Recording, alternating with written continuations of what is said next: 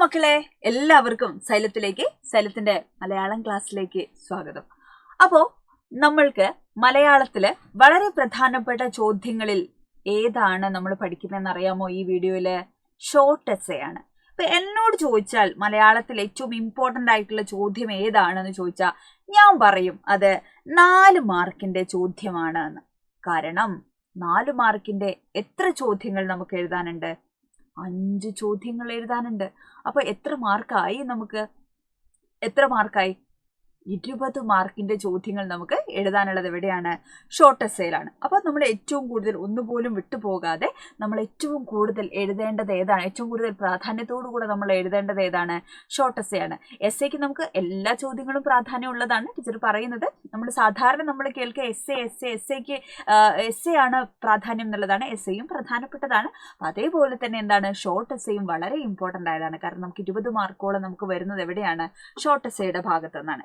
അപ്പൊ എത്രയാണ് 4 മാർക്കിന് ഉള്ള ചോദ്യത്തിന് നമ്മൾ എത്ര എഴുതണം എന്നൊക്കെ ഉള്ളത് വളരെ പ്രധാനപ്പെട്ട ഒരു കാര്യമാണ് അല്ലെ. എത്രയൊക്കെയാണ് എഴുതേണ്ടത്? സമയം അല്ലെ, എത്ര സമയം നമ്മൾ അതിനു വേണ്ടി മാറ്റി വെക്കണം എന്നൊക്കെ ഉള്ളത് എന്താണ്, പ്രധാനപ്പെട്ടതാണ്. അപ്പോൾ 4 മാർക്കിന്റെ ഒരു ചോദ്യത്തിന് നമ്മൾ മാക്സിമം 8 മിനിറ്റ് സമയം, എത്രയാണ്? 8 മിനിറ്റ് സമയം കൊണ്ടാണ് നമ്മളൊരു ഷോർട്ട് എസ്സേ നമ്മൾ എഴുതി തീർക്കേണ്ടത് കേട്ടോ. അപ്പൊ ഈ ഷോർട്ട് എസ്സേയിൽ ഒരു 8, 9, 10 പോയിന്റുകളൊക്കെ നമുക്ക് എഴുതാം. അരപ്പുറത്തിൽ ഒരു പേപ്പറിന്റെ അരപ്പുറത്തിലാണ് അതിൽ തുടക്കം, ഇൻട്രൊഡക്ഷൻ ഉണ്ടാവണം.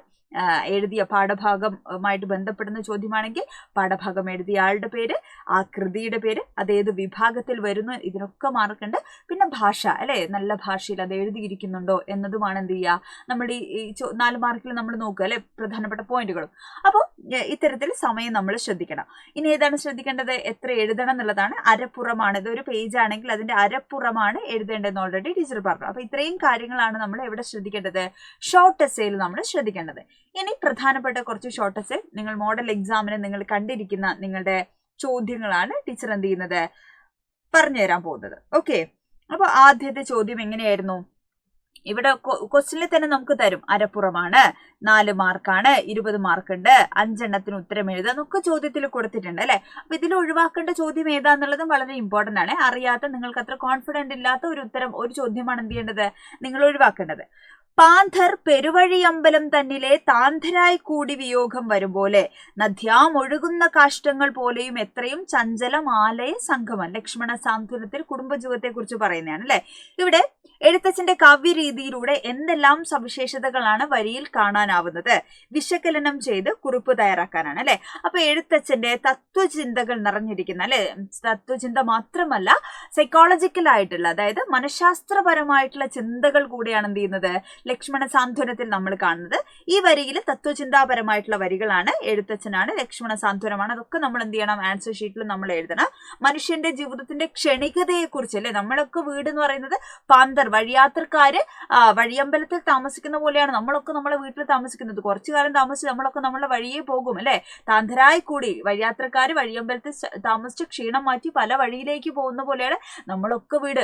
നമ്മൾ ഉണ്ടാക്കിയ വീട്ടിലാണോ നമ്മൾ താമസിക്കണേ? നമ്മളെ അച്ഛനോ അച്ഛച്ചന്റെ അച്ഛനോ ഒക്കെ ഉണ്ടാക്കിയ തറവാടായിരിക്കാം അല്ലെ. അതിങ്ങനെ പാരമ്പര്യമായിട്ട് കൈമാറി വരികയാണ്. ഇപ്പൊ നമ്മൾ നാളെ ഉണ്ടാക്കാൻ പോകുന്ന വീട്ടിൽ കാലാകാലം നമ്മൾ ജീവിക്കോ? ഒരു സമയമാകുമ്പോൾ നമ്മൾ യാത്രയാവും. അപ്പൊ ആ ജീവിതത്തിന്റെ അല്ലെ ക്ഷണികതയാണ് ബോധ്യപ്പെടുത്തുന്നത്. മനോഹരമായിട്ടുള്ള ഉപമാലങ്കാരങ്ങളിലൂടെ പറയുന്നു. അതേപോലെ പ്രാസഭംഗി, ശബ്ദഭംഗി, ഇതെല്ലാം ഈ വരികളിൽ നമുക്ക് അർത്ഥഭംഗിയുണ്ട് അല്ലെ. അപ്പൊ ഇത്തരത്തിൽ ഭാര്യയും മക്കളും കുടുംബങ്ങളും ഒക്കെ ഉൾക്കൊള്ളുന്ന മനുഷ്യ ജീവിതത്തിന്റെ യാത്രയാണ് നദിയിലൂടെ ഒഴുകുന്ന കാഷ്ടമായിട്ട് പൊങ്ങുതടിയോട് കവി ഉപമിക്കുന്നത്. അപ്പൊ എഴുത്തച്ഛന്റെ കാവ്യരീതിയുടെ പ്രത്യേകത തത്വചിന്താപരമാണ്, മനഃശാസ്ത്രപരമാണെന്നൊക്കെയുള്ള രീതിയിൽ എന്ത് ചെയ്യാം, നമുക്കൊരു കൺക്ലൂഷനോട് കൂടെ ആ 4 മാർക്കിന്റെ ചോദ്യം നമ്മൾ എഴുതി തീർക്കുന്നു. 4 മാർക്ക് നമുക്ക് കിട്ടുന്നു. അടുത്ത ചോദ്യം ഏതായിരുന്നു? സ്നേഹിത, മെത്രാൻ പറയാൻ തുടങ്ങി, നിങ്ങൾ പോകുന്നതിന് മുൻപ് ഇതാ നിങ്ങളുടെ മെഴുകുതിരിക്കാലുകൾ എടുക്കാം. പാവങ്ങളിലുള്ള ഭാഗമാണ്. മെത്രാന്റെ ഈ വാക്കുകളും പ്രവൃത്തികളും ഴാങ്വാൽ ഴാങ്ങിന്റെ മാനസാന്തരം സൃഷ്ടിക്കുവാൻ സഹായകമാകുമോ?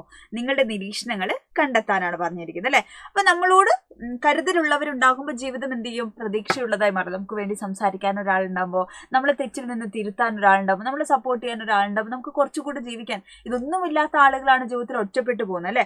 അപ്പൊ ഇവിടെ മെഴുകുതിരി കാലുകൾ എടുക്കാതിരുന്നത് എന്തുകൊണ്ടെന്ന് ചോദിച്ച പോലീസുകാരിൽ നിന്നും രക്ഷപ്പെടാൻ വേണ്ടി മെത്രാന്റെ രക്ഷിക്കുന്ന മെത്രാന്റെ പ്രവൃത്തിയാണ് നമ്മൾ ഈ ഭാഗത്ത് നമ്മൾ കാണുന്നത്. അപ്പൊ അരമനയിലെ സാധനങ്ങൾ പാവങ്ങൾക്ക് കൂടെയാണെന്ന് പറയുന്ന ആ മെത്രാന്റെ അവിശാലമായിട്ടുള്ള മനസ്സിനെ നമുക്ക് കാണാം. പാവങ്ങളോടുള്ള പ്രത്യേക പരിഗണന, സ്നേഹം, തെറ്റ് ചെയ്ത ആളെ തെറ്റിലൂടെയല്ല തിരുത്തേണ്ടത്, നന്മയിലൂടെയാണെന്ന് പറയുന്ന ആ വലിയ ദർശനം എന്ത് ചെയ്യാണ് നമ്മൾ ഈ ചോദ്യത്തിന്റെ ഉത്തരമായിട്ട് നമ്മൾ എഴുതണം അല്ലെ. അപ്പൊ മെത്രാന്റെ വാക്കുകളും പ്രവൃത്തികളൊക്കെ മാനസാന്തരം ഉണ്ടാക്കാൻ സഹായിക്കുന്നുണ്ടോ എന്നുള്ളതാണ്. അപ്പൊ തീർച്ചയായും സഹായിക്കുന്നുണ്ട് എന്ന രീതിയിലാണ് എന്ത് ചെയ്യേണ്ടത്, ആ ഉത്തരത്തെ നമ്മൾ ക്രോഡീകരിക്കേണ്ടത്. ഇങ്ങനെ 5 ചോദ്യങ്ങൾക്കാണ് നമ്മൾ ഉത്തരം എഴുതേണ്ടത്. അപ്പൊ ഷോർട്ട് എസ്സേ എഴുതുന്ന സമയത്ത് നമ്മൾ എത്ര മിനിറ്റ് സമയം കൊടുക്കണം? നമ്മൾ 8 മിനിറ്റ് സമയത്തിന്റെ ഉള്ളിലാണ് നമ്മൾ അത് എഴുതി തീരേണ്ടത്. പാഠഭാഗത്ത് നിന്നുള്ള ചോദ്യമാണെങ്കിൽ നിർബന്ധമായിട്ടും പാഠഭാഗം എഴുതിയ ആളുടെ പേര്, പാഠഭാഗത്തിന്റെ ഏത് പേര് ഏതാണോ പാഠം അതിന്റെ പേര്, അത്തരം സവിശേഷതകളൊക്കെ എന്ത് ചെയ്യണം നമ്മൾ എഴുതണം. ഒരു ഇൻട്രൊഡക്ഷൻ, തുടക്കം ഉണ്ടായിരിക്കണം അല്ലെ. ഒരു ആമുഖമൊക്കെ കൊടുത്തിട്ടാണ് 4 മാർക്ക് മുതലുള്ള ചോദ്യങ്ങൾ നമ്മൾ എഴുതേണ്ടത്. പിന്നെ ഖണ്ഡികകൾ, പാരഗ്രാഫ് തിരിച്ചിട്ടാണ് എന്ത് ചെയ്യേണ്ടത്, നമ്മൾ 4 മാർക്കിന്റെ ചോദ്യം നമ്മൾ എഴുതണം. അപ്പൊ ഏറ്റവും പ്രധാനപ്പെട്ട ചോദ്യ വിഭാഗം എന്ന് പറയുന്നത് ഏതാണ്? 4 മാർക്കിന്റെ ചോദ്യങ്ങളാണ്. അപ്പൊ ഇത്തരത്തിൽ പാഠത്തിന്റെ ഉൾഭാഗത്ത് നിന്നുള്ള ചോദ്യങ്ങളാണ് പരീക്ഷയ്ക്ക് വരിക. ഇത് നമ്മളുടെ മോഡൽ എക്സാമിന് ചോദിച്ചിട്ടുള്ള ചോദ്യമാണ്. അപ്പൊ ഇതേപോലെ പാഠത്തുനിന്ന് വരുന്ന ചോദ്യങ്ങൾ, പാഠഭാഗത്തിന്റെ ഉള്ളിൽ നിന്ന് വരുന്ന ചോദ്യങ്ങൾ എഴുതണമെങ്കിൽ എന്ത് വേണം? ഇപ്പൊ ഈ സംഭാഷണങ്ങളൊക്കെയാണ് തന്നിരിക്കുന്നത്. അപ്പൊ ഇത് എന്തിനു പറഞ്ഞു, എങ്ങനെ പറഞ്ഞു എന്നൊക്കെ നമുക്ക് കൺഫ്യൂഷൻ വരും എപ്പോഴാണ്? പാഠം അറിയാത്തപ്പോ. അപ്പൊ നിർബന്ധമായിട്ടും എന്ത് ചെയ്യണം? പാഠം വായിക്കുക എന്നുള്ളത് വളരെ പ്രധാനപ്പെട്ട, യാതൊരു എക്സ്ക്യൂസും ഇല്ല കേട്ടോ. നമ്മൾ എത്ര ലൈവ് കേട്ടാലും, നമ്മൾ എത്ര നന്നായിട്ട് പഠിച്ചു കഴിഞ്ഞാലും ഒരു തവണയെങ്കിലും ടെക്സ്റ്റ് ബുക്ക് നിർബന്ധമായിട്ടും വായിക്കാതെ പരീക്ഷയ്ക്ക് പോകരുത്. വളരെ ഇമ്പോർട്ടൻ്റ് ആയിട്ടുള്ള കാര്യമാണ്. അപ്പൊ പരീക്ഷയ്ക്ക് വേണ്ടി എന്ത് ചെയ്യണം? എല്ലാ ചാപ്റ്ററും എന്ത് ചെയ്യുക, നിങ്ങൾ ഇരുന്ന് ഒന്ന് നന്നായിട്ട് വായിക്കുക കേട്ടോ. അപ്പോൾ നിങ്ങൾക്കപ്പോൾ ഒരു കണക്ഷൻ കിട്ടാത്ത പോലെയൊക്കെ നമുക്ക് ഫീൽ ചെയ്താലും ഹോളിലിരിക്കുമ്പോൾ നമുക്ക് ഓർമ്മ വരും കേട്ടോ. ടെൻഷൻ കൊണ്ടാണ് നമുക്ക് അങ്ങനെയൊക്കെ തോന്നുന്നത്. എങ്കിലും നല്ല കൂളായിട്ട് ഇരുന്നിട്ട് നല്ല മനസ്സോടുകൂടി എന്ത് ചെയ്യണം? ടെക്സ്റ്റ് ബുക്കൊക്കെ നന്നായിട്ട് വായിക്കണം. മറന്നുപോയത് 4 മാർക്കിന്റെ ചോദ്യം എന്ന് പറയുന്നത് വളരെ പ്രധാനപ്പെട്ട ഒരു ചോദ്യമാണ്.